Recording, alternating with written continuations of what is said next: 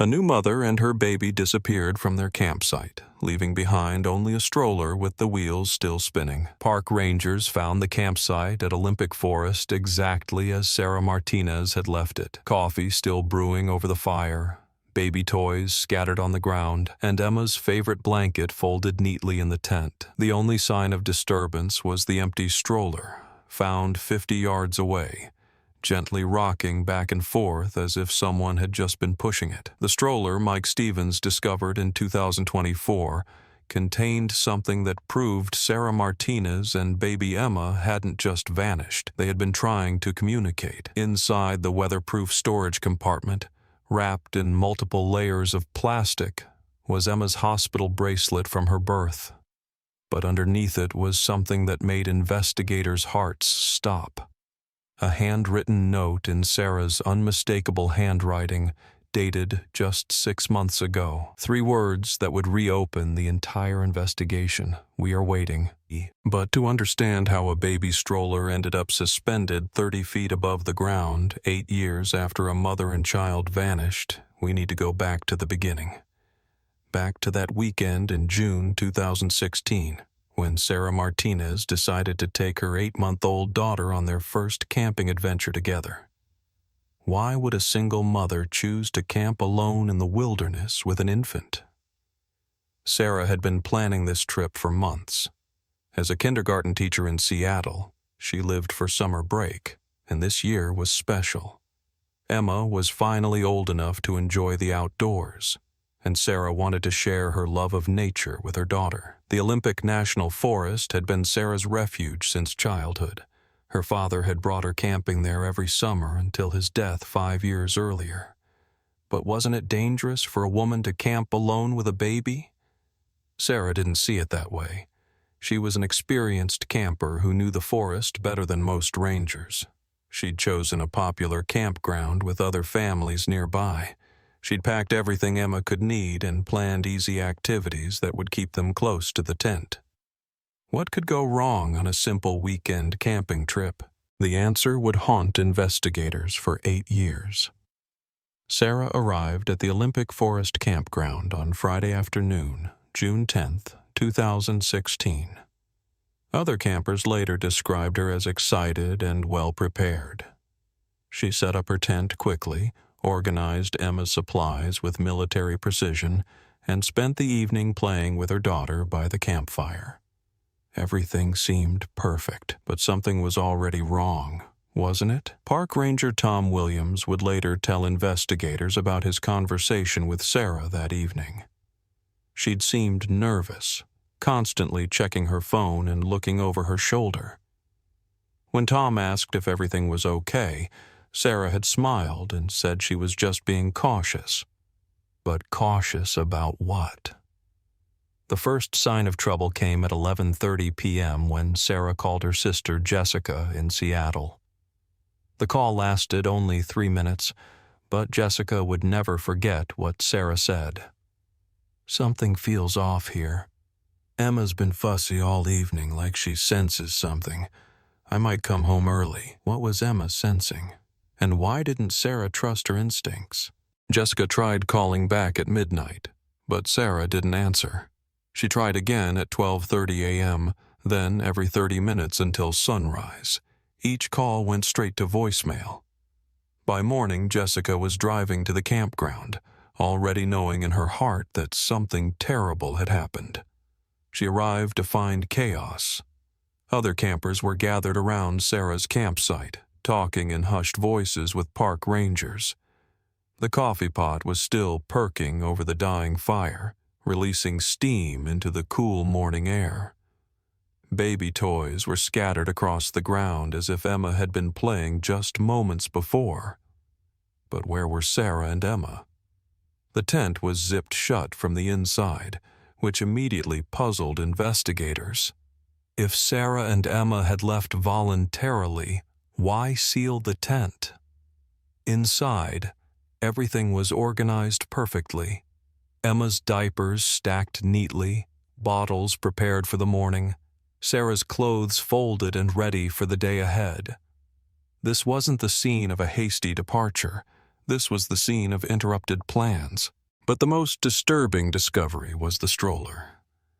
Found 50 yards from the campsite, it was sitting upright on a small hill, its wheels slowly spinning in the morning breeze. There were no tire tracks leading to it, no footprints in the soft earth around it. It was as if someone had simply placed it there and walked away. How does a stroller end up 50 yards from a campsite with no trail leading to it? The immediate search involved over 200 volunteers, park rangers, and law enforcement officers. They combed every inch of the forest for miles around the campground. Search dogs followed scent trails that led in circles and then simply vanished. Helicopters scanned the canopy for any sign of bright clothing or movement. They found nothing. Not a single trace of Sarah Martinez or baby Emma. Detective Maria Santos took over the case on day 3 of the search. A 15-year veteran of missing persons investigations, she'd never encountered a case quite like this. The evidence didn't point to kidnapping. There were no signs of struggle, no ransom demands, no witnesses to suspicious activity. But it also didn't suggest voluntary disappearance. What mother leaves behind her infant's bottles and diapers? Could they have been attacked by wildlife? The Olympic Forest was home to black bears and cougars, predators capable of dragging away a human. But wildlife attacks leave evidence: torn clothing, blood, signs of struggle. The campsite was pristine except for the missing occupants. Even the coffee was still hot when rangers arrived. Detective Santos considered every possibility: kidnapping, murder, voluntary disappearance, accidental death, animal attack. None of the theories fit the evidence, or rather, the complete lack of evidence. For weeks, the investigation consumed every resource the county had available. Sarah's phone records revealed nothing suspicious. Her financial accounts showed no unusual activity.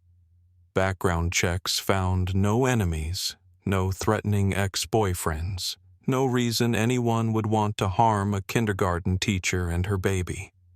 Sarah Martinez and Emma had simply vanished as completely as morning mist. As months passed, the case grew cold. The media attention faded. The search volunteers returned to their normal lives. Detective Santos filed her reports and moved on to other cases, but she never stopped wondering what had happened in that forest on a quiet June night in 2016. Then, 8 years later, logger Mike Stevens made a phone call that would change everything. Mike had been working in a remote section of the Olympic Forest, miles from any established trail, when his crew spotted something unusual high in the trees. At first, they thought it was storm debris, a tarp or piece of camping equipment blown up by strong winds. But as they got closer, the shape became unmistakably familiar. It was a baby stroller, the same orange and black stroller that had been spinning at Sarah's campsite 8 years earlier. But how had it gotten 30 feet up in a tree? And why, after 8 years of Pacific Northwest weather, did it look like someone had placed it there yesterday? The answers would force Detective Santos to reopen the case and consider possibilities that challenged everything she thought she knew about reality. Because what Mike Stevens found in that stroller would prove that Sarah Martinez and baby Emma hadn't just disappeared into the wilderness. They had been trying to send a message home. The message, "We are waiting," changed everything Detective Santos thought she knew about the Sarah Martinez case. But before she could trust that handwriting analysis, she needed to answer one crucial question. How had a baby stroller survived 8 years in the Pacific Northwest wilderness without a scratch? The Olympic Forest receives over 150 inches of rain annually. Winters bring freezing temperatures and heavy snow. Summers bring intense UV radiation and forest fires. Nothing left outdoors should survive intact for 8 years. So why did this stroller look brand new? Detective Santos ordered the stroller transported to the state crime lab for detailed analysis. What forensic experts discovered challenged every assumption about the timeline of Sarah and Emma's disappearance. The metal frame showed no rust. The fabric had no fading or weather damage. The plastic components were flexible and strong, not brittle from years of temperature fluctuations. Most shocking of all, organic matter found in the wheel treads was only months old, not years.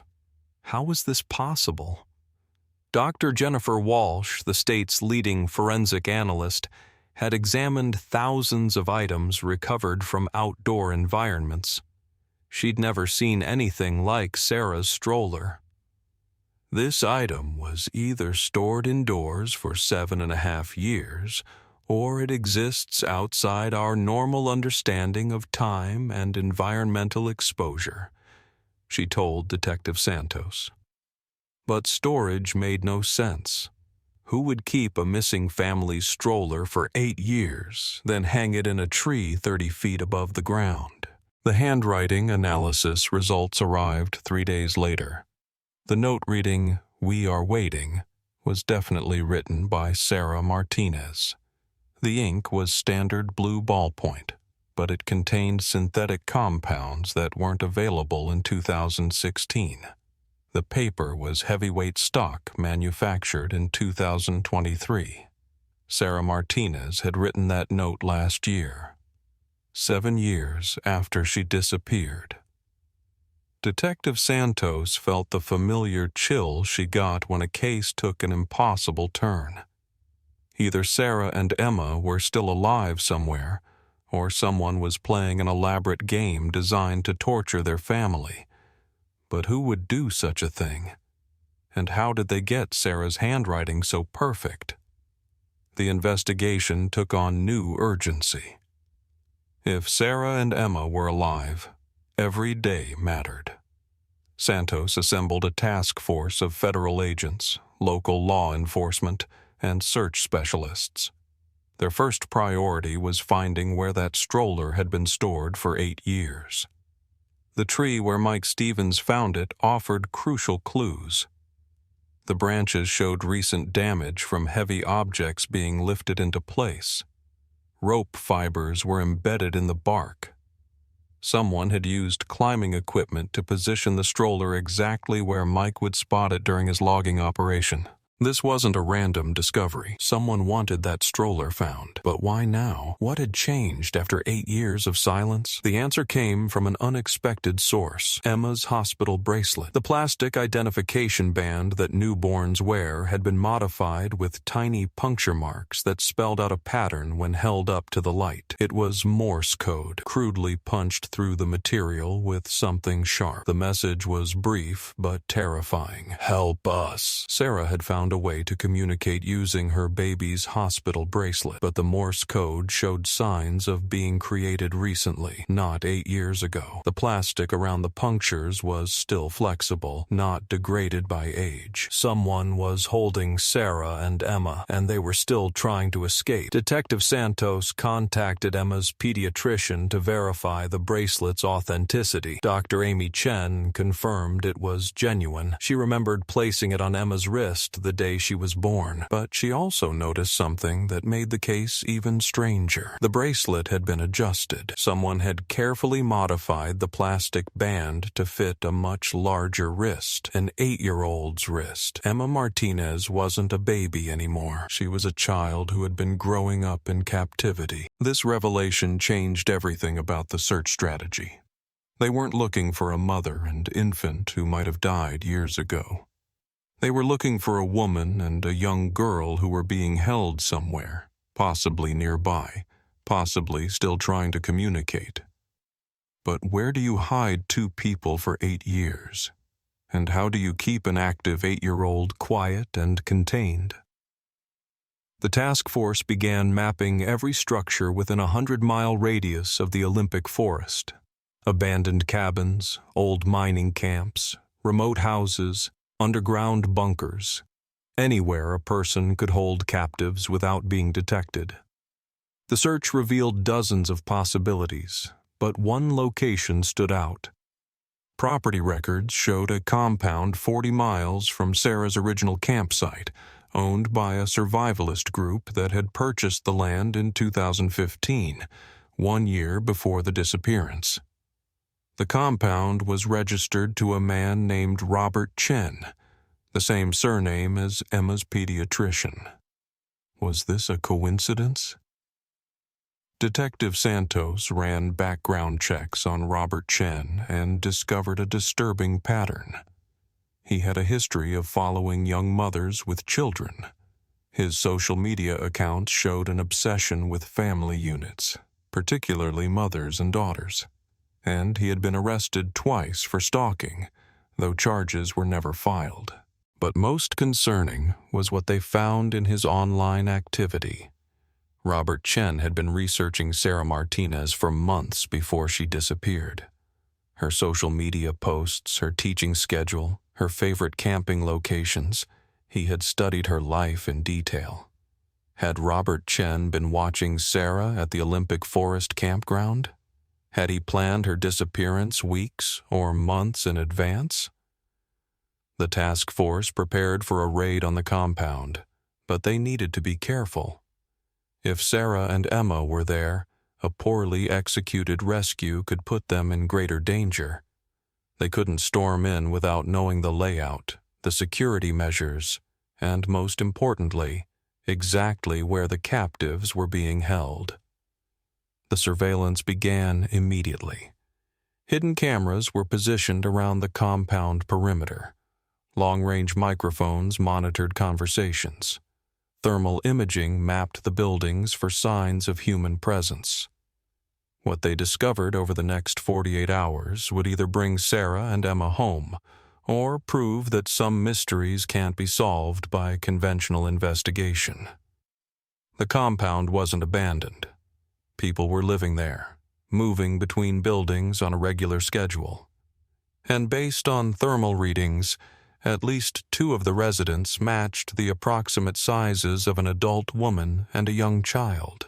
But getting them out alive would require something Detective Santos had never attempted before. A rescue operation where the hostages had been held for 8 years and might not even remember their real names. The thermal imaging confirmed Detective Santos's worst fears. 2 people matching Sarah and Emma's sizes were being held at Robert Chen's compound. But after 8 years in captivity, would they even recognize rescue when it came? The surveillance footage revealed disturbing patterns of daily life at the compound. Every morning at exactly 8 a.m., a woman emerged from the main building to hang laundry. She moved slowly, methodically, like someone following a strict routine. At 10 a.m., a child appeared in the yard, always staying within a clearly defined boundary marked by invisible barriers. Was this Sarah and Emma, or was the task force about to raid the wrong location? The woman's movements caught Detective Santos's attention during the 3rd day of surveillance. While hanging clothes, she arranged them in specific patterns. 3 shirts, 2 towels, 1 blanket, repeated exactly the same way each morning. It looked random, but Santos had worked enough missing persons cases to recognize a signal when she saw one. Could Sarah be trying to communicate through laundry arrangements? The FBI's code analysis team studied the patterns and discovered something remarkable.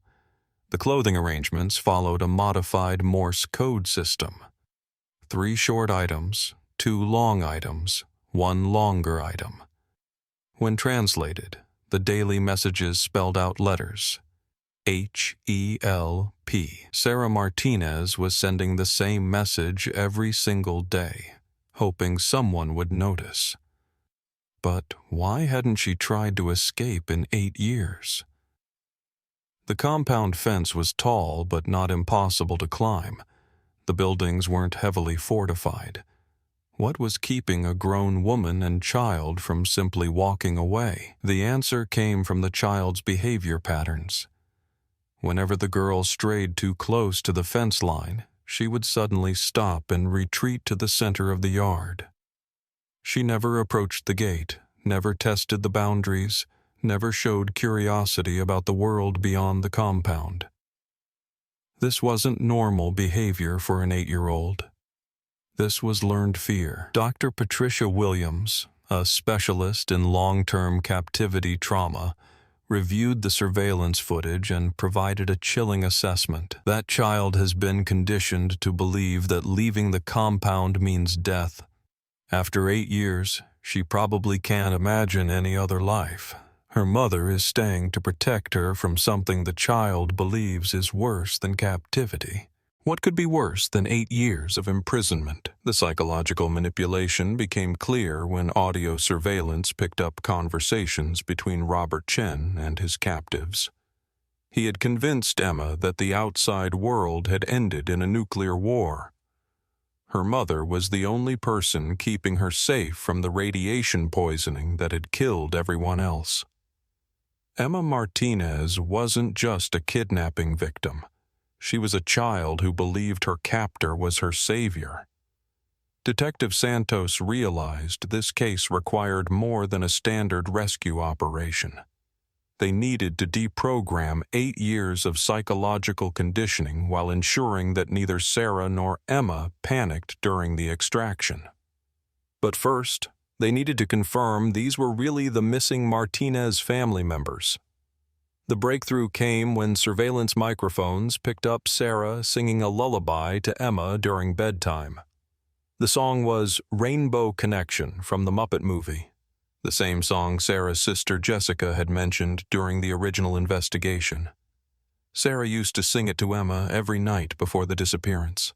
This was definitely Sarah and Emma Martinez. After 8 years, they were finally found. The rescue plan had to account for Emma's psychological conditioning. Child psychologists recommended a gradual approach.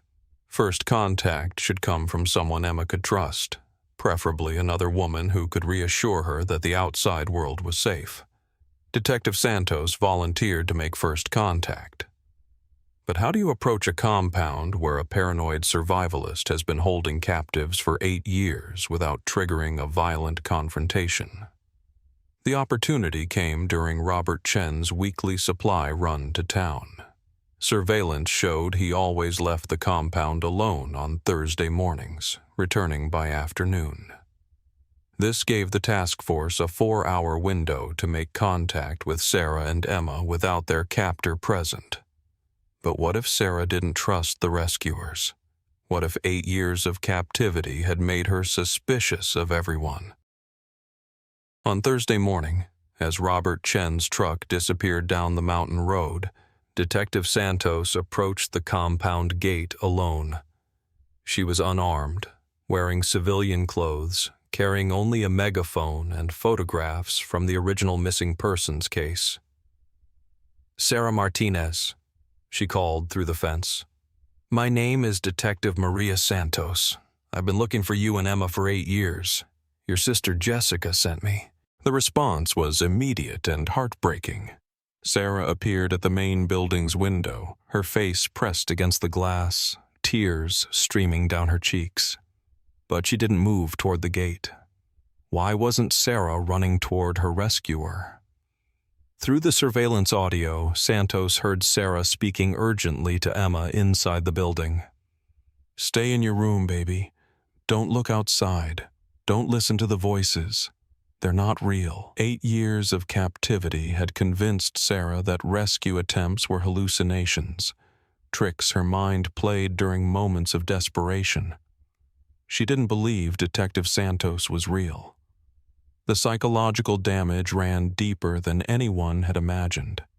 Sarah had been conditioned to distrust her own senses, to reject any evidence that conflicted with Robert Chen's version of reality.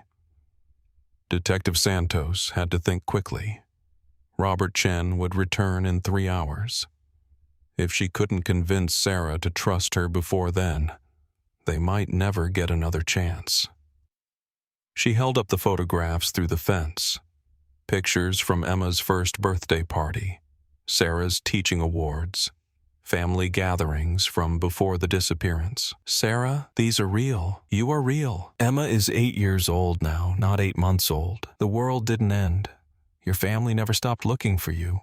The breakthrough came when Santos mentioned a detail only Sarah would know. The name of Emma's favorite stuffed elephant, Mr. Peanuts, which had been left at the campsite during the disappearance. Sarah's face changed. The recognition was immediate and overwhelming. She moved toward the gate for the first time in 8 years, her voice barely a whisper. Is Jessica still alive? Is my mom still alive? Did they really keep looking for us? The rescue was about to begin, but Detective Santos knew the hardest part wasn't getting Sarah and Emma out of the compound. The hardest part would be helping them adjust to a world they'd been taught no longer existed. And somewhere in the mountains, Robert Chen was driving home to discover that his 8-year lie was finally falling apart. The mention of Mr. Peanuts broke through 8 years of psychological conditioning in an instant. Sarah Martinez finally believed that Detective Santos was real, that rescue was possible, that the outside world still existed. But convincing Emma would be far more difficult. Sarah approached the compound gate slowly, like someone learning to walk after years of paralysis. Emma thinks everyone outside these walls is dead, she whispered through the chain-link fence. He told her the radiation would kill her instantly if she breathed outside air. How do you explain to an 8-year-old that everything she's believed about the world is a lie? Detective Santos had less than 2 hours before Robert Chen returned from his supply run. The psychological deprogramming that normally took weeks would have to happen in minutes, or this rescue attempt would become a deadly confrontation. Sarah, I need you to bring Emma to the window so she can see me, Santos said gently. But tell her I'm wearing a special suit that protects me from radiation. We need her to feel safe before we can tell her the truth. Would a child who'd spent 8 years in captivity trust a stranger's promises of safety? Sarah disappeared into the building and returned with Emma, a beautiful 8-year-old with her mother's dark eyes and a face that had never known life beyond the compound walls. Emma pressed against her mother's side, staring at Detective Santos with a mixture of curiosity and terror. Mama, why isn't she sick? Emma whispered. Uncle Robert said anyone outside gets sick immediately. Uncle Robert. After 8 years, Emma had been conditioned to see her captor as family. Detective Santos held up her cell phone, showing Emma a video call connection to Jessica,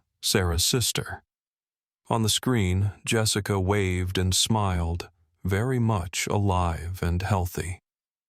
Emma, this is your real aunt. She's been waiting to meet you for your whole life. The confusion in Emma's eyes was heartbreaking. Everything she'd been taught said this was impossible, but the evidence was right in front of her. Sarah began to cry as she watched her daughter struggle with 8 years of lies. Emma, baby, I need you to listen very carefully. Uncle Robert wasn't telling us the truth.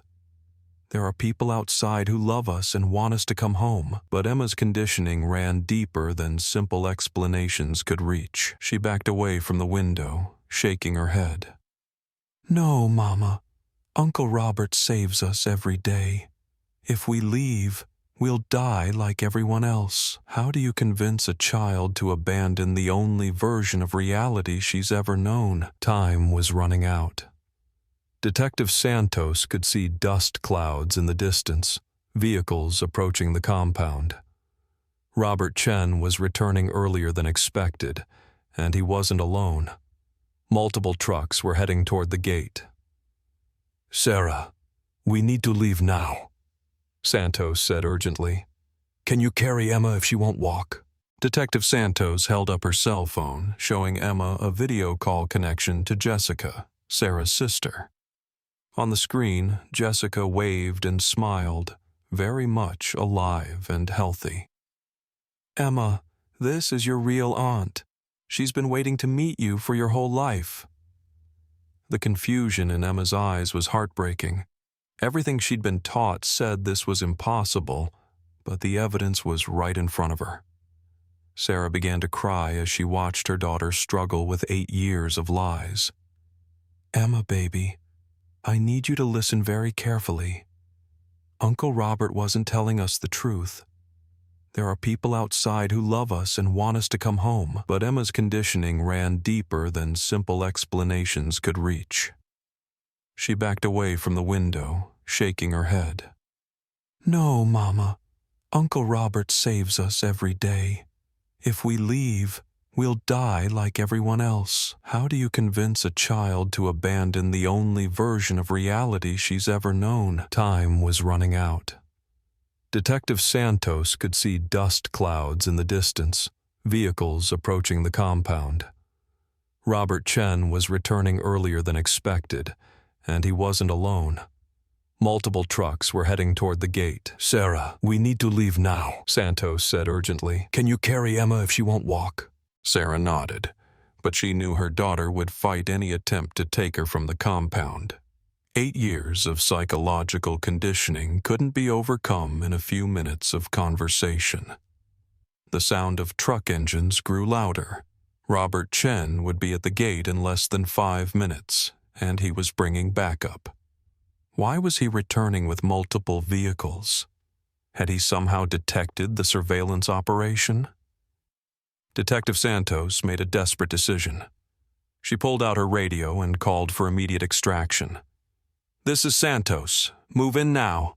We have eyes on the targets, but the suspect is approaching with reinforcements." The sound of helicopters filled the air as federal agents surrounded the compound. But instead of reassuring Emma, the noise terrified her more. To a child who believed the outside world was dangerous, the rescue operation looked like an invasion. Emma screamed and ran deeper into the building, with Sarah chasing after her. The rescue was turning into exactly what the psychologists had warned against: a traumatic confrontation that would reinforce Emma's fears about the outside world. Through her radio, Detective Santos heard the tactical team leader. "We have visual on the suspect vehicles. 3 trucks, approximately 12 armed individuals approaching the north gate." Robert Chen hadn't just been on a supply run.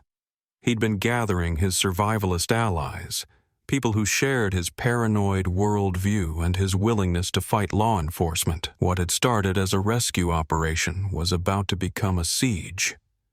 Santos knew she had minutes before the shooting started. She climbed over the compound fence, risking everything on one last chance to reach Sarah and Emma before the situation exploded into violence. She found them barricaded in a storage room, Emma crying hysterically while Sarah tried to comfort her. "Emma," Santos said softly, "I know you're scared, but I promise you, if you come with me right now, you'll see your grandmother. She makes cookies every Sunday and saves them for you." How could Emma know about grandmother's Sunday cookies? Robert Chen had never told her about family traditions from before the captivity. For the first time, Emma looked directly at Detective Santos with something other than fear. "Grandma makes cookies?" "Every single Sunday for 8 years, Santos replied. "She never stopped believing you'd come home to eat them." The sound of gunfire erupted outside as Robert Chen's group engaged with federal agents. The compound had become a battlefield, with Sarah and Emma trapped in the middle. Santos grabbed Emma's hand. "We're going to run to that helicopter, and it's going to take us to see Grandma, but we have to go right now." Sarah scooped up her daughter, and the 3 of them sprinted toward the extraction point as bullets shattered windows around them. Emma buried her face in her mother's shoulder, finally trusting these strangers enough to leave the only home she'd ever known. The helicopter lifted off just as Robert Chen's truck crashed through the compound gate. 8 years of captivity were ending in chaos and violence, but Sarah and Emma Martinez were finally free. But as the compound disappeared below them, Detective Santos wondered if freedom would be enough. How do you rebuild a life that was stolen 8 years ago? How do you help a child adjust to a world she was taught to fear? The rescue was complete, but the real challenge was just beginning. The helicopter touched down at Seattle Children's Hospital, where a team of doctors and psychologists waited to help Sarah and Emma Martinez begin their journey back to the world. But as Detective Santos watched Emma cling to her mother, refusing to let strangers approach, she wondered if 8 years of captivity had created wounds that might never fully heal. The first breakthrough came when Emma's grandmother, Maria Martinez, arrived at the hospital carrying a plate of chocolate chip cookies. Emma had never seen her grandmother before, but she remembered the promise Detective Santos had made during the rescue. Grandma makes cookies every Sunday. When Maria offered Emma a cookie, the 8-year-old hesitated for a long moment, then took the smallest possible bite. Her eyes widened with surprise. "It tastes happy," she whispered. "How do you explain the taste of love to a child who's only known fear?" The reunion between Sarah and her family was both joyful and heartbreaking. 8 years of separation couldn't be bridged with hugs and tears. Sarah had aged beyond her years, her movements still cautious, her eyes constantly checking for exits. Emma hid behind her mother whenever too many people gathered around, but slowly, carefully, they began to remember what family felt like. The medical examinations revealed the full extent of Robert Chen's psychological manipulation. Emma showed no signs of physical abuse, but her understanding of basic concepts was severely limited. She didn't know what a television was, had never seen a car up close, and believed that buildings with more than 2 stories would collapse from their own weight. Yet she was remarkably intelligent, having learned to read and do advanced mathematics during her captivity. Robert Chen had educated her, just within the narrow confines of his artificial world. Dr. Patricia Williams, the trauma specialist, explained the long road ahead. Emma will need years of gentle exposure to help her understand that the world is safe, but children are remarkably resilient. With patience and love, she can learn to trust reality again. But what about Robert Chen? Had he escaped during the shootout at the compound? The answer came 3 days later when FBI agents found his body in the mountains, along with 2 of his survivalist associates. They had died in a gunfight with federal agents, choosing violence over surrender. Robert Chen's 8-year manipulation of Sarah and Emma had ended the same way it began, with his own twisted version of reality. The investigation into Chen's background revealed a disturbing pattern. Sarah and Emma weren't his first victims. Police found evidence linking him to 3 other missing persons cases dating back 15 years. Families who had vanished while camping, never to be seen again. How many other people had Robert Chen convinced that the world had ended? Some of those cases might never be solved, but Sarah and Emma's rescue provided hope for other families still searching for missing loved ones. Detective Santos made sure their story was shared with law enforcement agencies across the country. 6 months after the rescue,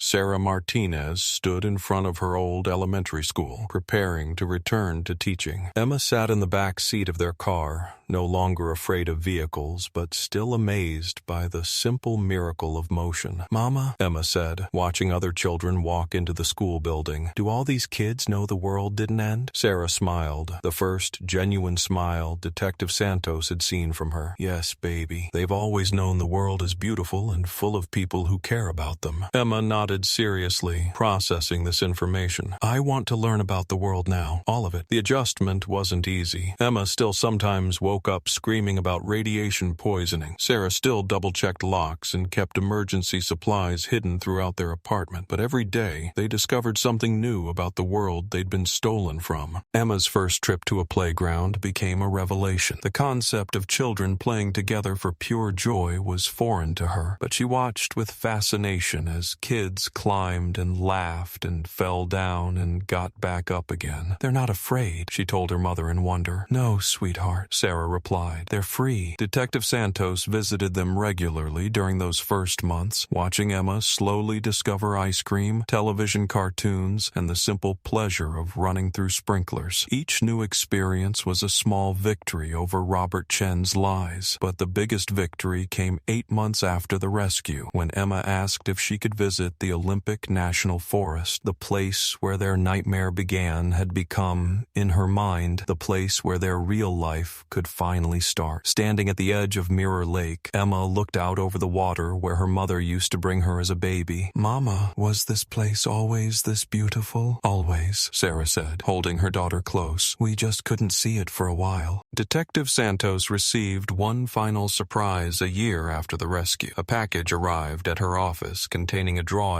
Emma had made in art therapy. It showed a helicopter, 3 stick figures holding hands, and a rainbow stretching across the sky. At the bottom, in careful 8-year-old handwriting, were 4 words: "Thank you for finding us." Some cases end with arrests and convictions. Others end with justice and closure. But the Sarah and Emma Martinez case ended with something rarer: the rediscovery of hope. The world hadn't ended 8 years ago in the Olympic forest. It had just been waiting patiently for a mother and daughter to come home and see it clearly again.